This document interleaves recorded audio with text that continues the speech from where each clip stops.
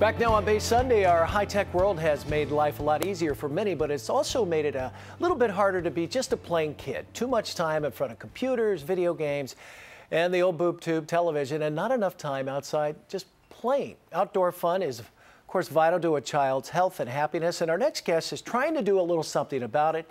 His book, Playborhood, is inspiring families to create environments that nurture the hearts of kids and parents too. And joining us with more on Playborhood is author Mike Lanza. How are you? Great. Well, yeah. I've got three names here. I think you know them. Marco, Nico, and Leo. Those are my boys. And that would be your inspiration, right? Absolutely, absolutely. Of course, I get inspiration first from my childhood. Grew up in Pittsburgh, Pennsylvania, actually in the suburbs. Sure. And we were outside pretty much all the time. Had a wonderful childhood. Unfortunately, today, the childhood I had then, which was average, I think, would be considered extraordinary today. Yeah. Well, and your three boys, how did they grow up? Did you see them kind of falling into this malaise of the high-tech world and said, you know what, guys, we got to get you outside? Well, no, actually... Or have you always been the good parent that's been kind of pushing this? Well, right before my first son was born, he's 7 years old now, I started paying attention to the lives of kids and asking friends how they raise their kids. And I was amazed. The kids either are staying inside watching screens or they're in structured activities being driven around by their parents all the time. So I resolved, I'm not doing this. This isn't going to happen for my kids. Right. So ever since then, at first I thought it was going to be easy. I just move into the right neighborhood. But as it turns out, it's a lot of work to really run against the tide of culture to make a really great outdoor life for your kids.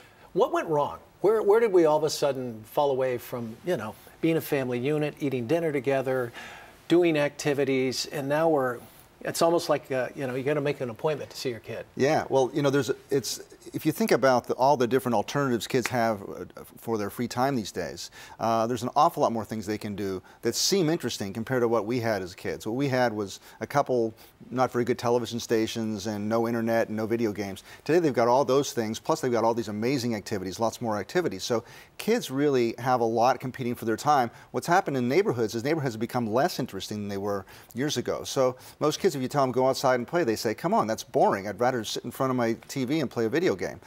We need to make neighborhoods more interesting for kids. And that's what your book does. You talk about the problems. You talk about some of the neighborhoods from Seattle to Brooklyn or New York and right here in the Bay Area, how they're doing it and how you as a parent can make some changes. Talk about some of the neighborhoods. One in particular that comes to mind is a summer camp, and it's right here in Palo Alto, right? Right. A neighborhood summer camp where if you don't know the kids in the neighborhood, by golly, you're going to get to meet them. Right. Iris Way in Palo Alto, the mothers got together and decided, hey, we're going to have a neighborhood summer camp one summer now. This will be the third year. They're doing it in June. And it's just 1 week every morning. And last year they had 95%, or close to 95% of all kids in the neighborhood participating in this camp.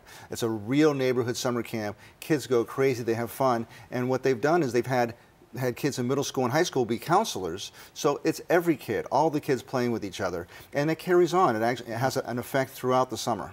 And throughout their life, yeah. I think. I was just telling you, I reconnected with a buddy of mine that I've known since the mid-'60s, a next-door neighbor. We went skiing a couple of months ago and met at his mother's house. We're both in our 50s now. And all we talked about was the sleepovers, the tree forts, playing hoop, playing, you know, wiffle ball in his backyard. Those are the things you remember, really. Well, the things I remember, just think about it. It's more fun for kids. It actually results in better social skills, better leadership skills. It actually helps them with their creativity. It's a no-lose situation, but it's hard work because that's not where society is today. Well, what's the kids' reaction to some of the ideas in the book and what you can do? Well, kids in my neighborhood have a fantastic time, honestly. My kids are outside pretty much from the time they get home from school until dinner and then after dinner every day. They're running around having fun, and kids compete to have play dates at my house with my kids. What? Where do you live? Menlo Park. Menlo Park. Yeah. There you go. Well, how about some of the creative neighborhood fixes too? You've got the builder, I guess, up in Seattle. He decided to do a little summit. Tell us about that. Frank is a contractor, and I wish we had a contractor living close to me. This guy has built some really cool things right in his front yard. He's got some picnic tables. He's got this makeshift slide that comes down from a tree. And every summer they have a block party, and he builds a huge water slide. It's the most amazing water slide. You want kids at your house build a water slide. Absolutely. And we've got an in-ground trampoline in my backyard and a playhouse and all sorts of fun stuff too. And you know, you might say, well, gee, this might take a lot of time, cost a lot of money. To me, it's about priorities. Don't spend a lot of time and money on the inside of your house if you've got kids. Your kids want to be outside. If you create a great place for them out there, they'll have a much better life. Okay. Well, very good, Mike. We wish you all the best with the book. Thanks for coming in. Thanks. If you'd like more information or a copy of Mike's book, go to his website. Nice and easy. It's just Playborhood, Playborhood, Playborhood.com. More Bay Sunday right after the break. Stick around.